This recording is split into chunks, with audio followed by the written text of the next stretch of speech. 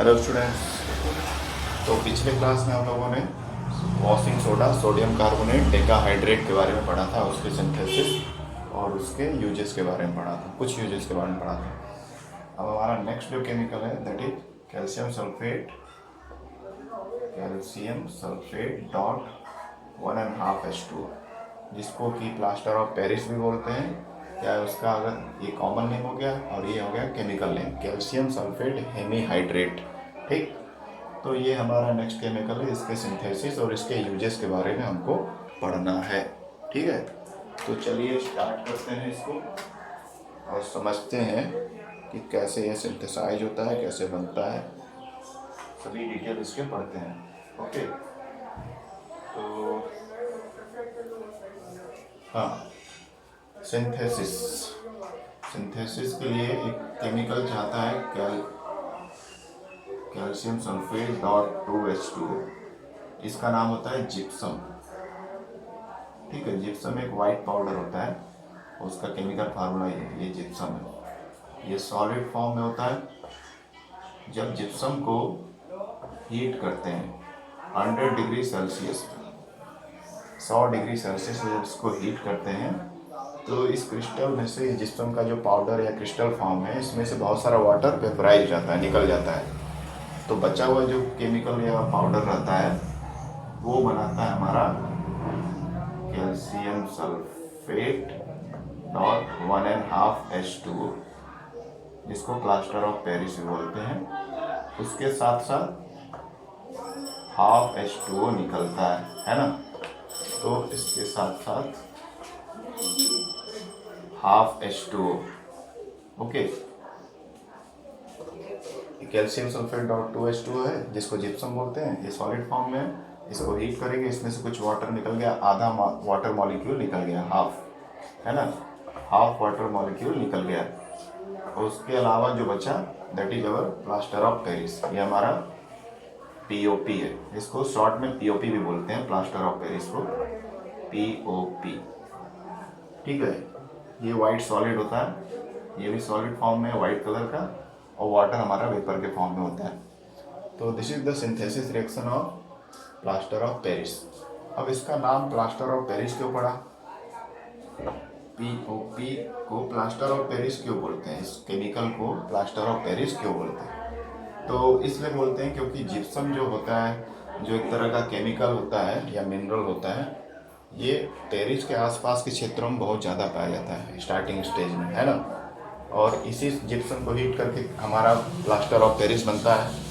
That is why इसका नाम plaster of Paris रखा गया है। ठीक है, gypsum has been found in large quantity near Paris. ठीक है, पेरिस के आसपास के क्षेत्रों में जिप्सम, वहाँ के क्षेत्रों में सॉइल में पाया जाता था ये मिनरल, और इसीलिए इसके नाम में पेरिस लगाया, प्लास्टर ऑफ पेरिस। प्लास्टर का मतलब आपको पता ही है, प्लास्टर के यूज आता है, और भी बहुत सारे इसके इस्तेमाल है। तो पेरिस में ज़्यादा पाया जाता था जिप्सम, जिससे हमारा प्लास्टर ऑफ पेरिस बनता है। दैट इज वाई इसको प्लास्टर ऑफ पेरिस नाम दिया गया है।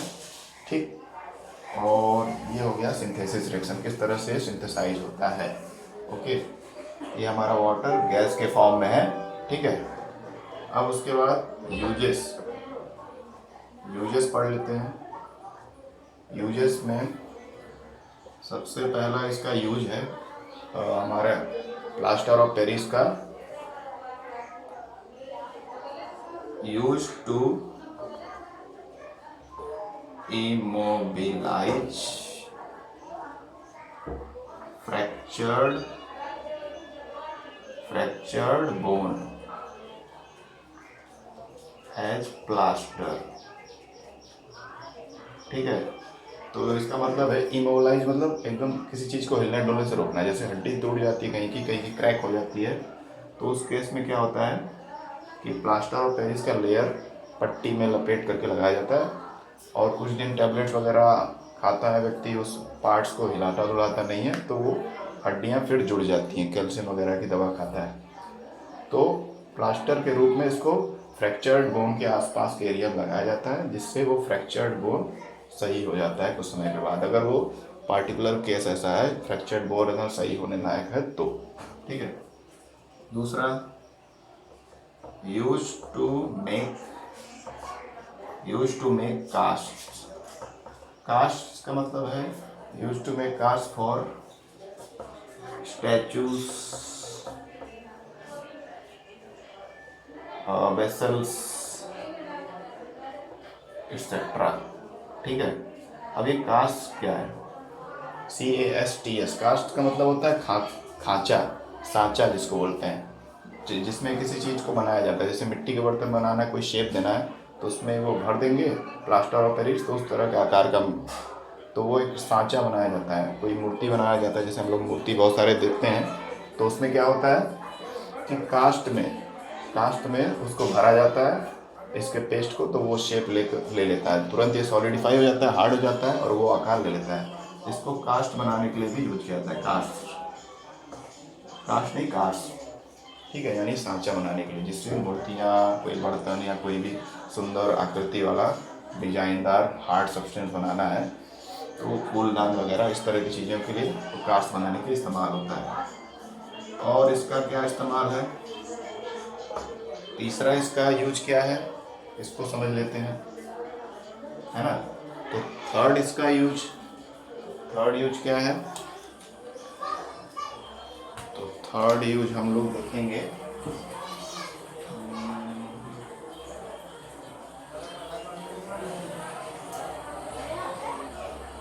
इसको टॉय बनाने में यूज किया जाता है। टॉय मतलब हार्ड टॉय बना सकते हैं कैल्शियम सल्फेट एनीहाइड्रेट से, प्लास्टर ऑफ पेरिस से।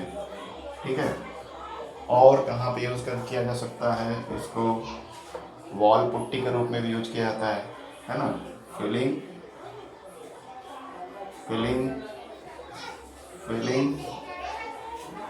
Gaps on wall. दीवार में कोई छेद वगैरह है तो उसमें भर सकते हैं, फिर उसके ऊपर से पेंटिंग कर देंगे। तो कुछ उबड़ खाबड़ है, रफ सरफेस है, तो उसमें फिल करने के भी काम आता है, तुरंत वो सरफेस से मिक्स हो जाएगा, टूटेगा भी नहीं, हार्ड हो जाता है। तो इस तरह के कई सारे इस्तेमाल होते हैं हमारे प्लास्टर ऑफ पेरिस के। अधिकतर तो इसका यूज जिसके कारण ये फेमस है वो तो प्लास्टर के रूप में होता है, यानी जो भी हड्डी वगैरह टूटी है उसको स्थिर रखता है, हिलने डुलने नहीं देता है, जिससे जल्दी आराम मिलता है, जल्दी हड्डी का प्रॉब्लम है या फ्रैक्चर्ड बोन का प्रॉब्लम है वो सही हो जाता है ना। तो ये है। उसके अलावा कास्ट, दूसरा सबसे इसका इम्पोर्टेंट है कास्ट बनाना, सांचा बनाना, जिसमें अलग अलग तरह के मूर्ति, बर्तन या खिलौने, ये सब चीज़ें बनाई जा सकती हैं। उसके बाद दीवार में इसको यूज किया जाता है, कहीं कुछ गैप है तो उसको भरने के लिए यूज किया जाता है। तो ये हो गया, तो हमारा प्लास्टर ऑफ पेरिस हो गया, इसका ये सिंथेसिस रिएक्शन हो गया, और ये हो गया इसका यूजेस। अब इसमें कभी कभी देखिए क्वेश्चन में क्या दे देगा कि 100 डिग्री सेल्सियस की जगह पे 373 केल्विन दे देगा। ठीक है। तो 100 डिग्री सेल्सियस और 373 केल्विन सेम होता है। हम लोगों ने क्लास 9 के पहले चैप्टर में पढ़ा था टेम्परेचर कन्वर्जन अलग अलग यूनिट्स में, तो उसी के अकॉर्डिंग है। तो आप इससे कंफ्यूज मत होइएगा। जिप्सम को जब हम लोग 100 डिग्री सेल्सियस या 373 केल्विन, दोनों एक ही चीज़ हैं, अलग अलग यूनिट्स में इनको कन्वर्ट किया गया है, तो ये प्लास्टर ऑफ पेरिस और वाटर में ब्रेक हो जाता है ना। तो इससे कंफ्यूज मत होइएगा। 373 kelvin is equal to 100 degree Celsius of temperature. बस तो इतना आपको जानना है कि क्या होता है जिप्सम, प्लास्टर ऑफ पेरिस, कैसे बनता है, क्या उसके यूजेस हैं। अब एक रिवर्स रिएक्शन में इसका समझ लेते हैं। यूजेस आप समझ लें, और भी बहुत सारे इसके यूजेस हैं, लेकिन 2-3 ये जो मेन है इसको आप याद कर सकते हैं। और प्लास्टर ऑफ पेरिस को POP भी बोलते हैं, लेकिन आप हमेशा पूरा नाम ही लिखेंगे। अब ये प्लास्टर ऑफ पेरिस बन गया है, मान लीजिए प्लास्टर ऑफ पेरिस बन गया है। अब वापस इसमें हम लोग क्या करेंगे, वाटर मिक्स करेंगे, फिर से इसमें पानी मिलाएंगे, तो वापस ये किस में हो जाएगा, हार्ड जिप्सम में कन्वर्ट हो जाएगा। जैसे प्लास्टर बनाते समय प्लास्टर ऑफ पेरिस यूज करते हैं और उसमें से थोड़ा पानी वगैरह मिला देते हैं, चिपचिपा रहता है, तो इसलिए वो तुरंत हार्ड होकर जिप्सम में कन्वर्ट हो जाता है और फिर हमारा जो फ्रैक्चर्ड बोन है जो पार्ट पे लगाया जाता है वो हिलता उलता नहीं है, इतना सॉलिडिफाई हो जाता है। तो calcium sulphate dot half H2O, इसमें वापस वाटर मिलाएंगे यानी प्लास्टर ऑफ पेरिस में वाटर मिलाएंगे तो क्या होगा, तो वापस ये हमारा जिप्सम बना देगा।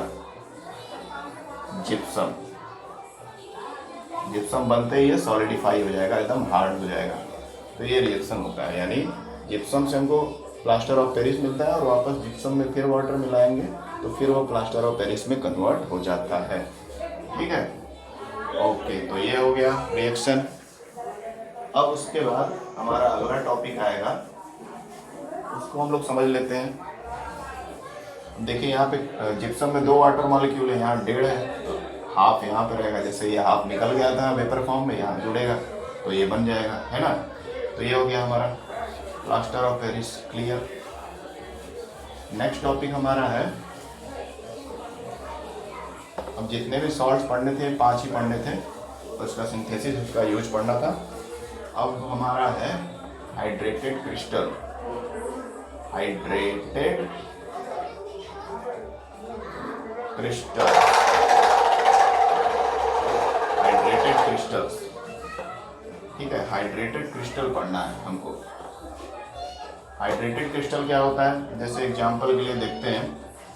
एग्जांपल, हाइड्रेटेड क्रिस्टल वो क्रिस्टल होता है जिसमें वाटर मॉलिक्यूल भी हो, उनको हाइड्रेटेड क्रिस्टल बोलते हैं। पहला एग्जांपल ले लेते हैं, अभी हम लोगों ने पढ़ा था सोडियम कार्बोनेट डॉट 10H2O, जिसको कि हम लोग वॉशिंग सोडा बोलते हैं, है ना, वॉशिंग सोडा। ठीक है, ये हाइड्रेटेड क्रिस्टल है, इसके में भी वाटर मॉलिक्यूल होता है, 10 वाटर मॉलिक्यूल होते हैं। एक क्रिस्टल मतलब एक मॉलिक्यूल, एक इस वॉशिंग सोडा का मॉलिक्यूल होगा, उसमें 10 वाटर मोल्स होंगे। ठीक, तो ये हाइड्रेटेड क्रिस्टल है, जिसमें भी वाटर होता है वो हाइड्रेटेड होता है। दूसरा एग्जांपल ले लेते हैं, कॉपर सल्फेट डॉट 5H2O। ठीक है, ये हमारा, आप इसको जानते होंगे, कॉपर सल्फेट को ब्लू कलर का होता है, ये भी हाइड्रेटेड क्रिस्टल है, वाटर मॉलिक्यूल इसमें रहता है। फिर मैग्नीशियम सल्फेट डॉट 7H2O, ये भी हाइड्रेटेड हमारा क्रिस्टल है, इसमें भी वाटर मॉलिक्यूल होता है। ऐसे बहुत सारे क्रिस्टल्स होते हैं जिसमें वाटर होता है। ठीक है, फिलहाल 3 एग्जाम्पल ही हम लोग समझते हैं। तो वॉशिंग सोडा हम लोगों ने पढ़ लिया, कॉपर सल्फेट के बारे में बार बार पढ़ते रहते हैं, लेकिन कभी 0.5H2O नहीं लिखते हैं। पॉइंट लगाकर जो H2O दिखाया जा रहा है, इसमें वो समझाया जा रहा है कि एक मॉलिक्यूल पूरा रहेगा, उसमें कितना वाटर का हिस्सा रहेगा वो समझाया जाता है। जैसे वॉशिंग सोडा का एक मॉलिक्यूल रहेगा तो उसमें 10 हिस्सा जो उसका रहेगा, 10 छोटे छोटे पार्ट्स रहेंगे वाटर के। कॉपर सल्फेट में 5 हिस्सा, इसको पॉइंट से इस तरह से रिप्रेजेंट किया जाता है। अब ये हाइड्रेटेड क्रिस्टल तो आप समझ गए कि एक क्रिस्टल्स होते हैं जिसमें वाटर भी मौजूद होता है, उनको हाइड्रेटेड क्रिस्टल बोलते हैं।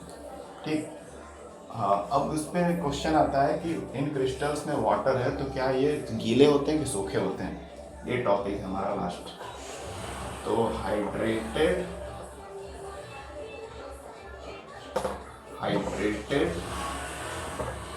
Crystals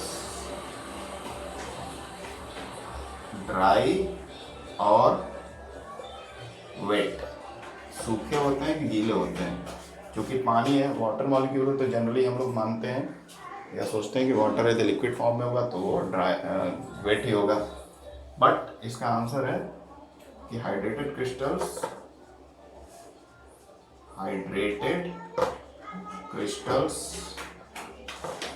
are dry because water molecules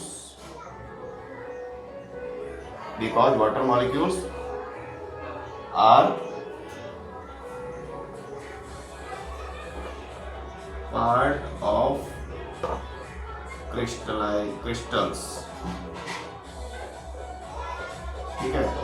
ठीक है, तो वाटर मॉलिक्यूल हमारा क्या है, इस क्रिस्टल का पार्ट होता है, या जिसको हाइड्रेटेड क्रिस्टल्स बोलते हैं। यानी पानी जो है उस क्रिस्टल के अंदर मौजूद है, बाहर मौजूद नहीं है कि उसको हम लोग वेट या गीला मानेंगे। तो सारे ड्राई होते हैं इनका क्रिस्टल फॉर्म अगर स्टडी आप करेंगे हायर क्लास में तो पता चलेगा कि वाटर जो है इसके अंदर वो सारा का सारा इस क्रिस्टल के अंदर इंटैक्ट रहता है, बंद रहता है, और उसी से उसको पार्टिकुलर कलर या शेप मिलता है। तो जितने भी हाइड्रेटेड क्रिस्टल हैं वो ड्राई होते हैं, क्योंकि उनमें जो वाटर है वो फ्री नहीं होता है, वो उसी क्रिस्टल का एक अभिन्न हिस्सा होता है, एक बहुत ही इम्पॉर्टेंट पार्ट होता है। ठीक है, तो इसको वाटर ऑफ क्रिस्टलाइजेशन बोलते हैं। तो हाइड्रेटेड क्रिस्टल में जो वाटर होता है उसको बोलते हैं water of crystallization, water of crystallization.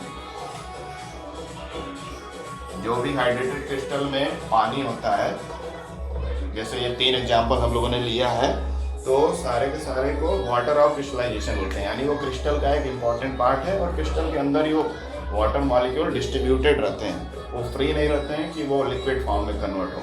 ठीक है, दैट इज वाई क्रिस्टल्स जो होते हैं ड्राई होते हैं, हमेशा कभी भी वेट नहीं होते हैं। वेट करने के लिए उसको हमको हीट करना पड़ेगा, तब उसके अंदर क्रिस्टल का जो पानी का पार्ट है वो निकलेगा, वाटर वेपराइज होगा, है ना। और इन जनरल नॉर्मल टेम्परेचर पर जो क्रिस्टल्स होते हैं वो ड्राई होते हैं, because all the water molecules present in them are a part of crystal and hence they are known as water of crystallization. ठीक है, उनको वाटर ऑफ क्रिस्टलाइजेशन बोलते हैं। अच्छा, और जब हम लोग इसको हीट करते हैं तो ये मेल्ट होते हैं। मेल्ट क्यों होते हैं? क्योंकि इसके अंदर वाटर मॉलिक्यूल होता है इनके क्रिस्टल में, और जैसे जैसे मेल्ट होंगे थोड़ा थोड़ा वाटर मॉलिक्यूल वेपराइज होकर निकल जाता है। फिर उससे क्या होगा, जब वाटर की इसमें कमी होती है तो इसका क्रिस्टल भी कुछ अलग तरह का बनता है, और वाटर के प्रेजेंट होने में कुछ अलग तरह का क्रिस्टल बनता है। कलर में भी चेंजेस आपको देखने को मिलते हैं। तो ये सारी चीज़ें होती हैं। तो ओवरऑल यही समझना था कि जो क्रिस्टल्स होते हैं, हाइड्रेटेड क्रिस्टल जिसमें वाटर मॉलिक्यूल होता है, वो ड्राई होते हैं, वो वेट नहीं होते eight normal temperature. Normal temperature पे वो ड्राई ही होते हैं, वेट नहीं होते हैं, क्योंकि वाटर उनका क्रिस्टल का एक इम्पॉर्टेंट पार्ट है, वो फ्री नहीं होता है। जैसे एग्जांपल लीजिए, मान लीजिए ये कॉपर सल्फेट .5H2 है। इसी को हम लोग जनरली क्या लिखते हैं कि कॉपर सल्फेट इन जनरल लिखते हैं, हमेशा पूरा फॉर्म नहीं लिखते हैं। लेकिन कॉपर सल्फेट जो ब्लू कलर का हम लोग जनरली बोलते रहते हैं, या लैब में भी होता है क्रिस्टल ब्लू कलर का, उसका मतलब है उसके क्रिस्टल में 5 वाटर मॉलिक्यूल है, मतलब हर एक मॉलिक्यूल के अंदर 5 वाटर का हिस्सा होता है, तब वो ब्लू होता है। ठीक है, तो ये कॉपर सल्फेट .5H2O होता है हमारा blue colour. But in general हम लोग रिएक्शन वगैरह में लिखते समय अभी फिलहाल छोटे क्लासेस में केवल CuSO4 ही लिखते हैं। इसका अल्टीमेटली मीनिंग यही है कि CuSO4 .5H2 है। अब जब इसको हीट करते हैं, आप करके भी एक्सपेरिमेंट देख सकते हैं लैब में, जब इसको हीट करेंगे कुछ देर तक तो ये मेल्ट होगा। मेल्ट क्यों होगा? क्योंकि इसमें पानी है, और पानी जब हीट पाएगा तो वो मेल्ट डाउन होगा। मेल्ट डाउन होगा तो उसके बाद क्या होगा, वो इवेपोरेट होने लगेगा, वेपर के फॉर्म में वाटर लॉस होगा, और उसको कुछ देर तक हीट करते रहेंगे तो फाइनली हमको क्या मिलेगा, केवल CuSO4, और सारा वाटर जो 5 मॉलिक्यूल था वाटर का वो वेपर के फॉर्म में निकल जाएगा। 1 मिनट, तो CuSO4 5H2O, ठीक है।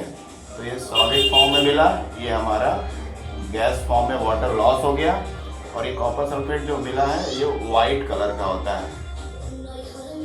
ठीक है, इसको एनहाइड्रस कॉपर सल्फेट बोलते हैं। ठीक है, ये हाइड्रेटेड कॉपर सल्फेट का क्रिस्टल है, ये एनहाइड्रस है। एनहाइड्रस का मतलब जिसमें से वाटर निकल चुका है, उसमें वाटर मॉलिक्यूल नहीं है। तो जब कॉपर सल्फेट के साथ वाटर मॉलिक्यूल कंबाइंड रहता है उसके क्रिस्टल में, तभी वो ब्लू कलर शो करता है ना।